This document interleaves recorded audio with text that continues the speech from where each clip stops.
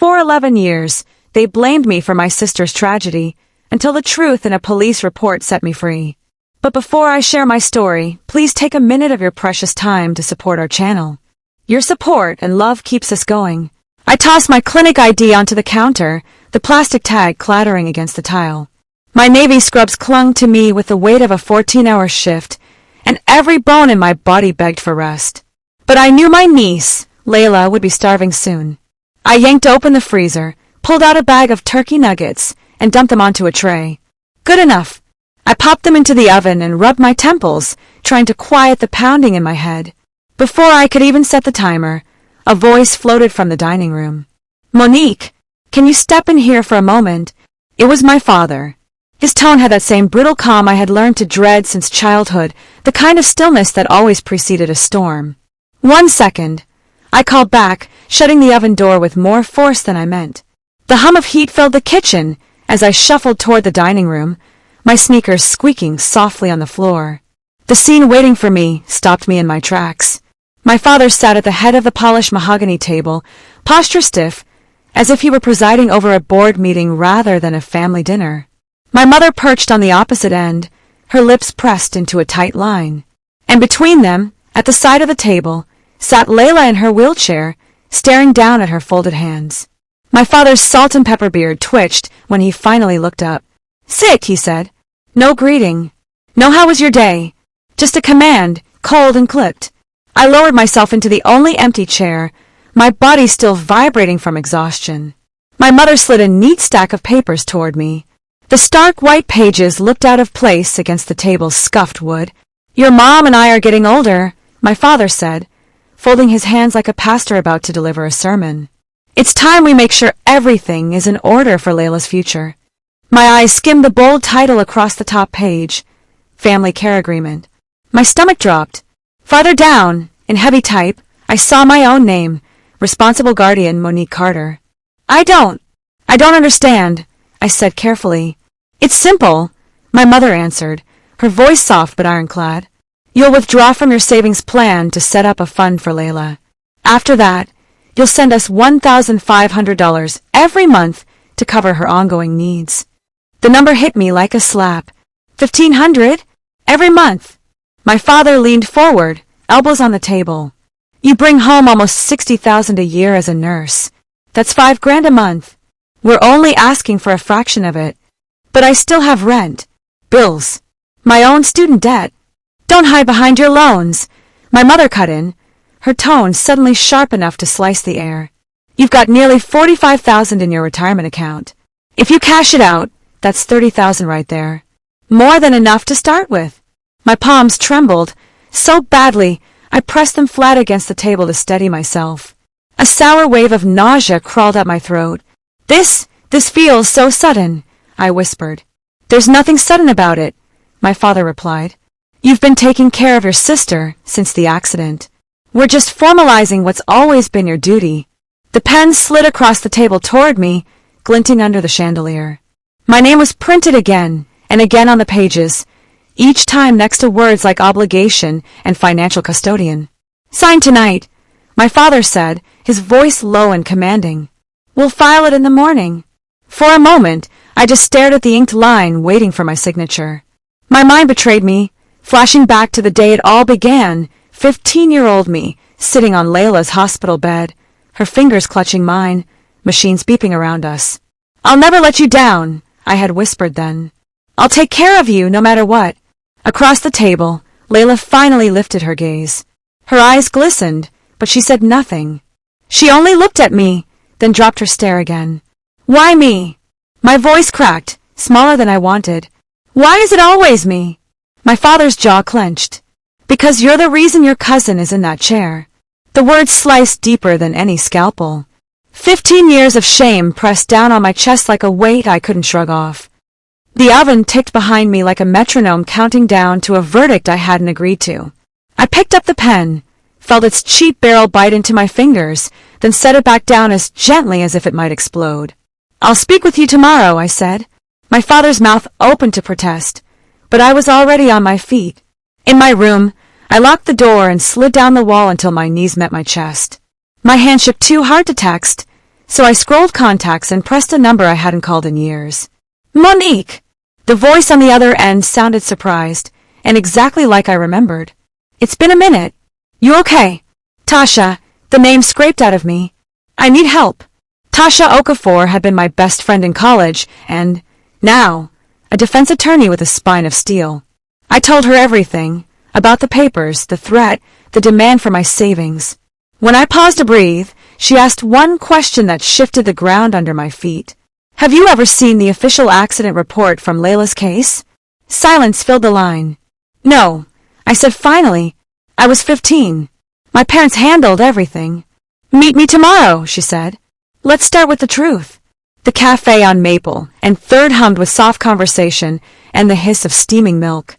Tasha slid into the booth across from me, charcoal suit, braids pinned into a neat crown, eyes clear and unblinking. You look like you haven't slept, she said. I haven't. I stared at the manila folder she set on the table. Its county seal glinted under the pendant light. Read, she said, turning it toward me. Location of incident, Pinecrest Parkway, 4.6 miles from our neighborhood. Time, 4:18 p.m. Vehicle, off-road dirt bike unregistered. Operator, Devin Cole, 16. Passenger, Layla Carter, 13. My eyes snagged on a witness line. Passenger laughing, arms around operator's waist. Bike accelerated to beat the yellow. Box truck had right-of-way on green. A low, stunned sound left my throat. But they said she missed the bus because I wasn't there to walk her. They said that. Tasha replied, voice even. The report says otherwise. Pages blurred as I flipped. Paramedic notes, diagram of the intersection, statements from 2 nearby shop owners, 1 teacher who recognized Devin's jacket from Easton High. The truth sat there, black letters on white paper, calm as a confession. My chest burned. 15 years of penance for a sin I hadn't committed.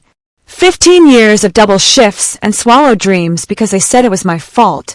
Tasha rested her hand over mine, steady and warm. Your parents started steering the story in the ER, she said quietly. I spoke to a nurse who remembered your father insisting you were to blame, before the doctors had even finished triage. Why? The word came out ragged. Why do that to me? At first, to protect Layla from scandal, Tasha said. Then control. Your grandmother left you money, right? 18,000, I whispered, memory surfacing, my grandmother's handwriting on a card, the promise of a future I could choose. They borrowed it for emergency rehab after the accident. Insurance covered nearly all of it, Tasha said, sliding a printout across the table. And when you mentioned college, they pivoted. Nursing, they said, would equip you to care for Layla. I stared at the spreadsheet she brought. Billing codes, insurer payments, tiny notes that added up to a story no one had let me read. I'd once planned to study biomedical engineering. The acceptance letter still sat in a shoebox under my bed. The starting salary column Tasha highlighted, almost double what I made now, stabbed at me like a lesson I should have learned sooner. They've kept you close, Tasha said gently. Close and useful. My palms tingled with returning circulation, rage thawing into clarity. What do? We build a record, she said, ticking points off with her pen. Witness statements. The dirt bike rider, Devin Cole. Anyone at Easton who remembers. Medical staff who heard the narrative being crafted. And we audit money. Every dollar you sent, every claim they filed. We don't shout. We document. A weight shifted inside me, something I hadn't felt since before the accident, the sensation of standing upright. I think Devin still lives nearby, I said, dredging up a memory of a lopsided grin under a navy hoodie. I saw a post about him coaching at a rec center in Northside. Good. Tasha's eyes sharpened. Reach out, but briefly. Ask for the facts in writing. Meanwhile, I'm calling Marcus Fields. The journalist. Investigative features. He's exposed a few charity fund scandals. If there's financial misuse tied to Layla's name, he'll help us surface it cleanly. The folder on the table felt like a hinge between 2 lives. I opened my phone to a social profile and found him, Devin, older now, holding a toddler on his hip, a smiling woman at his side, a caption about Saturday games and snack duty. A life that had continued without 15 years of penance. My fingers hovered over the message button. Are you sure? I asked, more to myself than to Tasha. No, she said. And yes. Send it. I typed, were you with Layla the day of her crash? Then I hit send and sat very still, listening to the cafe's soft clatter as though the room might answer me. My phone vibrated almost immediately. A local number. Monique! The voice was deeper than I remembered, but carried the same hesitant cadence. It's Devon. I got your message. I swallowed. I need to know what happened. I've been waiting to tell you, he said in a rush. Layla begged me not to. She didn't want anyone to know she'd ridden with me. She wasn't wearing a helmet, said it would ruin her twist out for a party. When your folks got to the hospital and you stepped out to get coffee, they told me if I ever mentioned the bike, they'd press charges. I was a kid. I panicked. The cafe tilted for a second. I gripped the edge of the table. Why now? I asked. Because it's eating me alive, he said. And my wife saw your message. A breath. Layla knows I'm calling. We've stayed in touch. My mind snagged on the last sentence. Another secret threaded through the years. Will you put it in writing? I asked. A statement. I'm already typing, he said. I'll have it notarized tomorrow. The call ended. I stared at my phone as if it might burst into flames. Tasha squeezed my shoulder once. One piece of the record, she said. Let's get the others. We drove to my Aunt Laverne's place that evening, a tidy brick bungalow with a Porsche swing that creaked and smelled faintly of gardenia.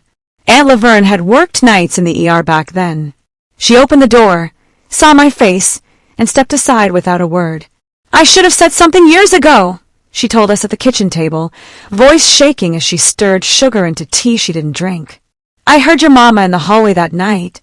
She said, don't let anyone know she was with that boy.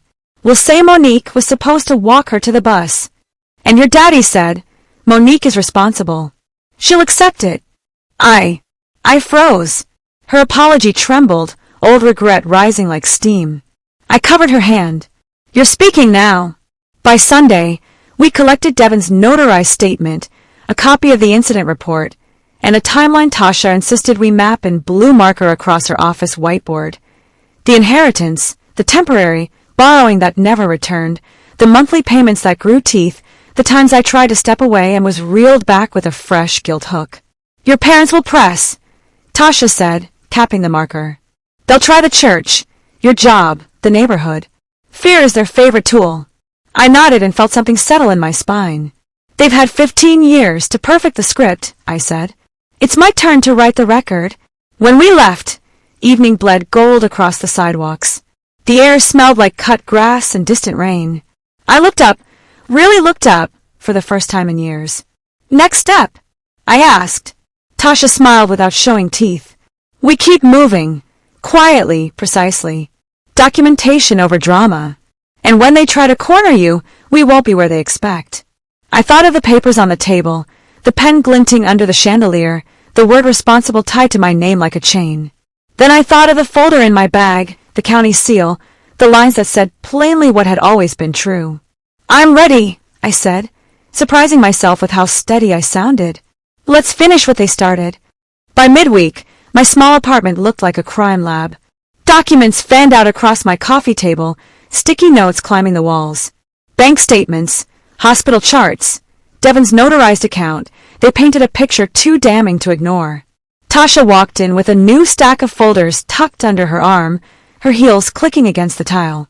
Right behind her came Marcus Fields, the journalist she had promised to bring into the storm. His notepad was already open, pen poised, a digital recorder clipped to his shirt pocket.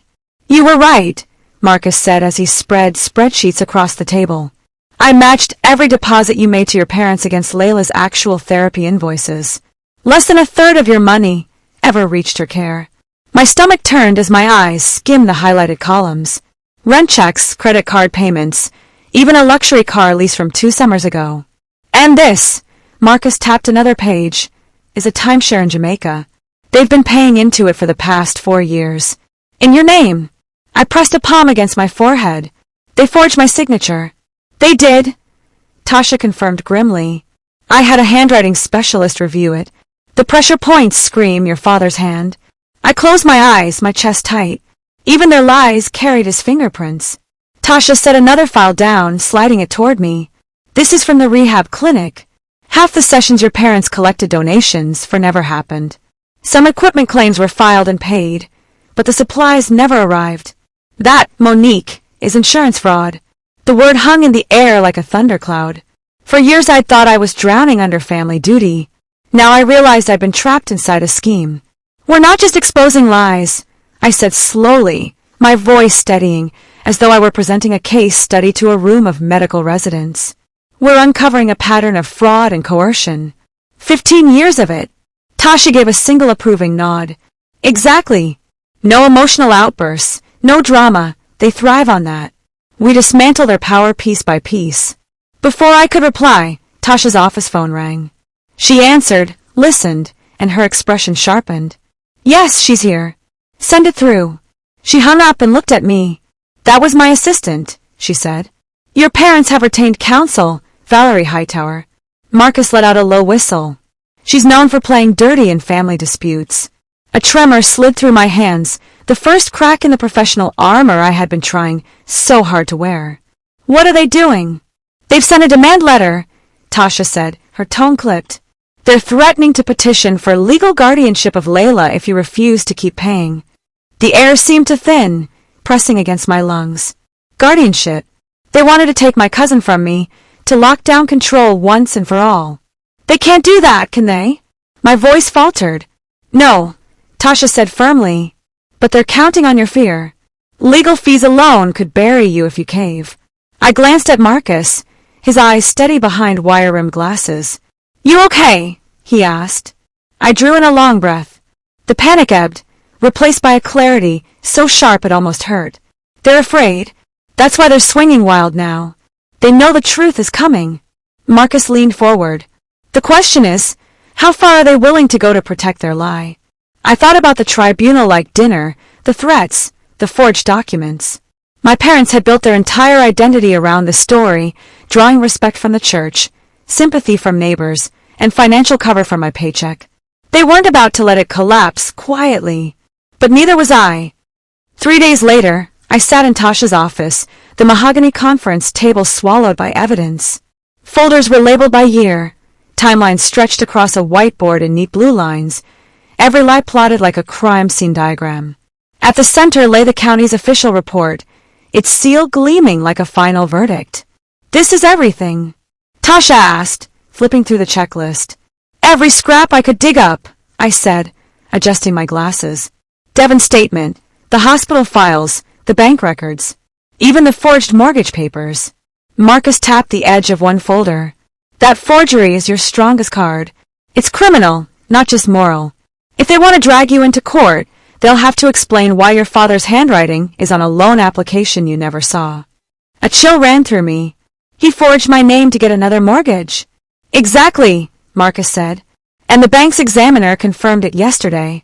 I stared at the signature, my father's heavy hand trying to mimic my loops. It was like seeing my own identity stolen in ink. Tasha straightened. We file for a restraining order. That'll at least stop their threats while we prepare. For the first time, the fog of guilt I'd lived in seemed to thin. I could see my life, not through their narrative, but through evidence. Facts. Proof. That illusion shattered the next morning. My phone buzzed as I poured bitter coffee into a chipped mug. Miss Carter, a clipped voice said. This is Human Resources at St. Augustine General. We need you to come in immediately regarding serious allegations. My heart lurched. What kind of allegations? Your father contacted our compliance line, the voice continued. He claims you've been taking medication from the hospital for personal gain. The mug slipped from my hand, coffee splashing across the counter. I put the call on speaker so Tasha and Marcus could hear. I'll be there in 30 minutes, I said, forcing steadiness. They're desperate, Marcus muttered. This reeks of panic. 2 hours later, I sat across from my supervisor, Ms. Henderson, while security reviewed the medication logs. My heart thudded in my ears, but when the results came back, her frown eased. These allegations are baseless, she said firmly. Your record is spotless, Monique. I'm sorry you're going through this. Relief hit me, so hard it nearly brought me to tears. Outside in the parking lot, Tasha squeezed my arm. You handled that like a pro. Exactly the opposite of what they hoped for. But the reprieve didn't last. The following Sunday, my phone lit up with a message from Tasha. They've organized a meeting. Be ready. When I walked into my parents' home that afternoon, I instantly knew something was wrong. Extra chairs had been arranged around the dining table, each with a glass of water and a notepad. It looked less like a family gathering and more like a courtroom. My father stood at the head of the table in his best suit, while my mother moved around distributing stapled packets. Layla sat silent in her chair, eyes downcast. Around them were relatives I hadn't seen in years. Uncle David, Aunt Rochelle, 2 church deacons, and Reverend Jacobs with his worn Bible resting in front of him. Beside them sat a woman in a sleek navy suit, her briefcase clasped tightly, their new attorney. Thank you all for coming on such short notice, my father began, his voice rich with practiced sorrow. This is not easy, but family matters must be faced together. Monique has decided she no longer wishes to support her cousin. We are here today to ensure Layla's future is protected. The words landed like a stone to the chest. A ripple of disapproval spread across the table. That's not true, I said quickly, but he silenced me with a raised hand. Please, let me finish, he said, eyes glistening on cue. I can't work full-time anymore. My health won't allow it. We've covered Layla's care as best we can, but without Monique's contribution, her therapy will stop. My mother opened her folder, pages of medical bills fanning out. She earned $60,000 a year. We're only asking for $1,500 a month. Uncle David turned to me, disappointment etched deep in his face. Monique, how could you do this to your own blood? The walls seemed to press in, their voices layering guilt upon guilt. Reverend Jacobs cleared his throat. Perhaps a mediation could help. Surely you can honor your duty to your family, my child. That was when their lawyer slid a crisp agreement toward me. It's simple, she said smoothly. Once you sign, Layla's future is secured. Every gaze at the table locked onto me, waiting. My phone vibrated softly in my pocket, the signal Tasha and I had arranged. I stood slowly. My voice did not shake this time. Before I sign anything, there are a few people you all need to hear from. The doorbell rang. My mother's head whipped around, irritation flashing across her face. Who is that? My attorney, I said evenly, and a journalist, and someone who should have spoken up a long time ago. The room went still. My father's knuckles whitened around his pen. I walked to the door and opened it. Tasha entered first, her presence commanding in her tailored suit. Marcus followed with his recorder already running. And behind them stepped Aunt Laverne, her eyes full of resolve. My mother's face drained of color. What is she doing here? Finally telling the truth, Aunt Laverne said, her voice shaking but firm as she moved to stand by my side. The room froze as Tasha introduced herself with cool precision. My name is Natasha Okafor. I represent Monique Carter. I understand you've been pressuring her into a fraudulent caregiving agreement. My father slammed the table. This is absurd. Layla has been paralyzed for 15 years because Monique failed in her duty. Everyone here knows the story. That's the story you told, I said, my voice calm in a way that startled me. But it isn't what happened, is it? Marcus placed his recorder on the edge of the table. I'm Marcus Fields, investigative reporter with the River City Times. I've been reviewing your family's finances. The evidence shows years of misused funds collected under the guise of Layla's care. Gasps rippled around the table. My mother's face tightened into a mask of fury. How dare you air our private family business in front of strangers? Private! I laughed, the sound jagged. You invited half the church to watch you shame me into signing my life away. But you never told them the truth, that Layla's accident had nothing to do with me. I nodded toward the folders Tasha and Marcus passed around the table. Inside were the police report, Devon's notarized statement, hospital records, and bank documents. Reverend Jacobs flipped through his copy, his brow furrowing. This says the crash occurred on Pinecrest Parkway. On a dirt bike. With a boy. Layla's hands clenched around her wheels. Tears welled as she finally raised her head. It's true, she whispered. I wasn't at a bus stop. I skipped school to meet Devon. Mom and Dad made me promise never to tell. They said Monique would carry it better than me. Her voice cracked. And I let them. The silence that followed was heavy, broken only by the rustle of papers. Uncle David's face darkened as he glared at my father. Aunt Rochelle slid her chair closer to me, resting her hand on my arm. Reverend Jacobs shut his Bible with a soft thud. Brother Carter, Sister Carter, this is not only deceit. It is theft, manipulation, and betrayal of your own child. Deacon Harris added, his voice low but firm. That fund was given in good faith for Layla's healing, not for vacations and car notes. For the first time, my parents looked small, cornered. My father's voice wavered. We did what we had to. No, I cut him off. You did what served you. You took my future, my peace, and my paycheck, all while smiling in church pews and letting me drown in guilt. I will never sign those papers. Not today, not ever. The room shifted. My parents rose together, my mother clutching her purse like a lifeline. My father's shoulders slumped in defeat. We're finished here, he muttered. No one stopped them as they walked out. The door clicked shut behind them, quieter than a slammed one but somehow louder in its finality. Layla wheeled herself toward me, tears running freely. I'm so sorry, she whispered. I was 13. I was scared. I should have told the truth. I knelt beside her chair and pulled her into my arms. We were both trapped. There's nothing to forgive. 3 weeks later, sunlight spilled through the wide windows of Layla's new apartment, catching on the polished wood floors. She rolled herself across the threshold, her smile radiant. All this, she asked, running her hand along the lowered countertops and wide doorways. It's mine. All yours, I said, setting down a box of dishes. The settlement covered the first year's rent and all the modifications. No more asking for permission to live your life. Her back, once hunched with apology, was straighter now. She wheeled to the window, gazing at the community garden below. Uncle called me again last night, she said. He sounded broken. They should be worried, I answered flatly. The church is investigating the fund, and Marcus found enough evidence of insurance fraud to bury them. Layla nodded. I shadowed but resolute. It's strange. 15 years of lies gone in a month. My phone buzzed with a message from Tasha. Guardianship granted. Benefits secured. Relief flooded me as I showed Layla the text.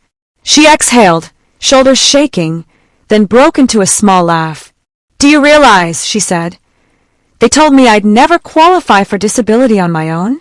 I applied last week. Got approved in 3 days. I've been eligible this whole time.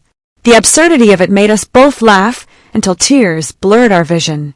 That night, 3 of my colleagues from St. Augustine came over with dinner and extra boxes. They hugged me hard, promising to rotate visits, so Layla would never feel abandoned. For the first time in years, our home was filled with warmth, not obligation. 6 months later, I stood at the front of a classroom in St. Augustine's trauma wing, addressing a group of fresh-faced nurses. My scrubs were still the same shade of blue, but my life was unrecognizable. I was enrolled in the nurse practitioner program I'd once only dreamed of. My small apartment brimmed with plants and books, my debt finally manageable. Remember, I told the room, your first duty is to your patients. Sometimes, that means challenging family members who think they know best. Don't let fear silence you. After my shift, I drove across town to Layla's apartment. The smell of baked salmon drifted into the hallway before I even knocked. She'd learned to cook independently, her wheelchair positioned neatly at the stove. 3 A's this semester, she announced proudly as we sat down to eat. My advocacy course is my favorite. I'm helping 2 families fight the same system our folks used against us. We shared a smile, trading stories about the future instead of drowning in the past. A year after that tribunal, we stood together in Oakview Park, where I used to feed stray dogs as a teenager. Leaves crunched beneath her wheels as I pushed Layla's chair along the old dirt path to the spot where I once left scraps. Remember when I couldn't even look at dogs without feeling guilty? I asked. She laughed, eyes shining. Now we're running the Carter Sisters Foundation. The nonprofit had launched just weeks earlier, funded by a settlement from our parents' insurance fraud case. Already, we had helped 3 families secure accessibility renovations and legal support, sparing them from the kind of exploitation we endured. Later, at her therapy milestone celebration, Layla transferred from her chair to a bench without assistance. Applause filled the room. She wheeled herself to the front, voice steady. "The hardest part wasn't losing my legs," she said, looking out at the crowd. "It was carrying a lie. But today I get to carry the truth." Her words washed over me like sunlight. For years, I believed freedom meant erasing the past. Now I understood it meant naming it, exposing it, and refusing to live under it any longer. As we left the center together, Layla turned to me. "Do you ever think about what would have happened if you never called Tasha?" I looked up at the evening sky, the first stars flickering awake. I think the truth had lived in the shadows for far too long. It just needed us to be ready to face it. It refused to be silenced. She squeezed my hand. Monique, smile trembling, and Layla discovered that healing doesn't always come from forgetting. It comes from facing the past head on, reclaiming what was stolen, and daring to build something new from the wreckage. Their journey wasn't just about exposing lies. It was about rewriting their own story. About proving that even when family betrays you, resilience and courage can open doors to freedom, justice, and a brighter future. If this story moved you, don't just keep it to yourself. Share it with someone who needs the reminder that truth is powerful, that healing is possible, and that no one deserves to carry a burden built on lies. Sparkle subscribe to Revenge Tales by Teresa for more powerful stories of strength, justice, and triumph. Your next favorite story is just one click away. Don't miss it.